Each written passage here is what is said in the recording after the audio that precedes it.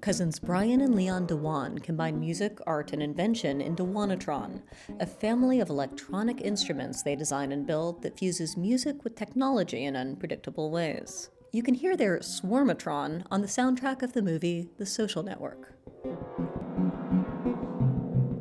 The company is called Dewanatron, and we came up with it in 2002 as a way of describing the musical instruments we build and the musical projects we do together with these instruments.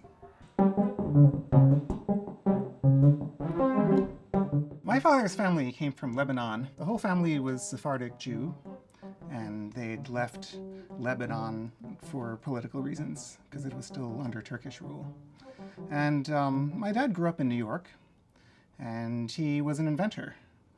And I owe so much inspiration to him because growing up as an inventor's son was a wonderfully educational and inspiring experience. Oh, when I was about 6 or 7, he said, "Lee, you want to learn how to solder?" And I said, "Sure." So he gave me a soldering iron and showed me how to make simple solder joins. And then by the time I was 9 or 10, he had me building various things for him and soldering circuits together. We would go to visit them, and I didn't really know what Uncle Leon was up to. I mean, sometimes I'd see some of the corrugated cardboard and wire prototypes and stuff, and my father and he would argue about various things in a sort of fun-loving way. But I didn't really know what the stuff he was working on was. One Christmas, I showed Brian this thing that I had just discovered, which was when you get a Texas Instruments calculator from 1980, because this was in 1980, and you put it near a detuned AM radio, you start getting noises out of the radio, because in those days, calculators calculated at audio frequencies. So I showed him how, like, if you start pressing buttons on this calculator when it's near the radio, you get different tones out of it, and when you divide by 0, it did this flashing error thing that went like... So then Brian was like, "Whoa, what about this electronic game that you just got for Christmas," which was this memory game. And so I said, "Well, try it." So we ended up doing this 5-minute composition without even realizing it, but I had this old tape recorder turned on. And to this day, it's still like one of the in my opinion, like one of the best things I've ever been involved in. It was like one of those sort of magic things where no one really knows what's going on, but this whole structured composition takes place and then goes off in some direction, then comes back to its original theme, and then goes off into outer space. And that was the very first electronic music I'd ever made.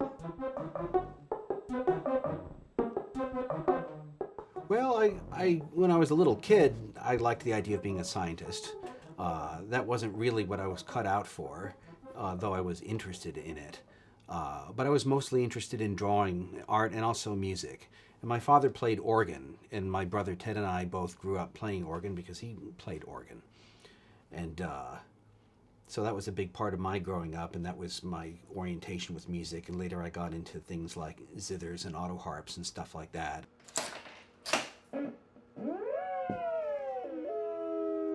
Leon and I started working around 2002 on doing these projects. It started out very informally, really just conversations about instruments and synthesis, and particularly synthesis and synthesizers, and we came up with some ideas, and Leon started designing some circuits. And yeah, I'd been wanting to build a synthesizer since I was 11, because when I was a kid, I thought the coolest thing you could possibly do was make a circuit that made music.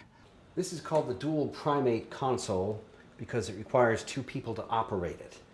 And you tell it how to play rhythms by dialing in a number. Let's play together with both halves.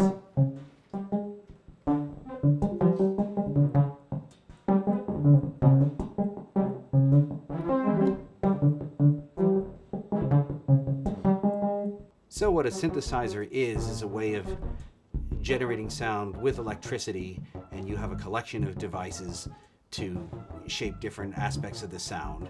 So rather than making a physical or mechanical vibration in the air, you're vibrating air with a speaker, which is being told what to do by these electric currents that you're shaping with your things. Here's the swarmatron.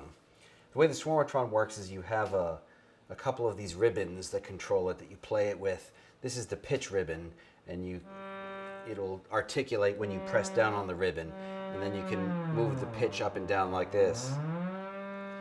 And so now you're hearing one note, but the swarmatron has 8 oscillators, and you can switch them on, and they're slightly detuned from each other, so you get this choral effect. And then you can spread them out even further with this swarm ribbon. The more you play up on this, the more they spread apart until you get this beehive sound. People do like to play with them. I think the swarmatron is a kind of a favorite for musicians and people without musical backgrounds, because you can just get in there and start shaping things, and so people get excited about them and want one. We've actually been spending a lot of time building instruments in the past year. That's been the main focus of Dewanatron, because there's actually now demand for some of our instruments, like the swarmatron and the melody gin. I'd liked to make these things were kind of architectural sculptures that were like grandfather clocks and things, and so Leon started making these circuits and things, and then later I wanted to make a sort of organ console-like thing for them, and so what started out as this much more informal thing became more codified and more refined as we went along. Yeah, currently our process is we both think of what the instrument is going to do and its basic architecture, and then Brian designs the layout and the cabinetry, and I design and fabricate the circuitry. And then we put it all together. I really love to hear things that I've built. And I don't know, I guess it's just one of those things where I just really enjoy the process of designing something and then playing it, and then having it have this unusual and different sound. You know, we get to create something that starts out with no real vocabulary because it's new to this planet. And then as we start playing with these instruments, we start adding to the vocabulary of it. And then as other people get their hands on them, they too add to the vocabulary of it. So there's something very satisfying about coming up with something that's a result of knocking these ideas back and forth, and then setting it free in the world and watching it build up a life of its own.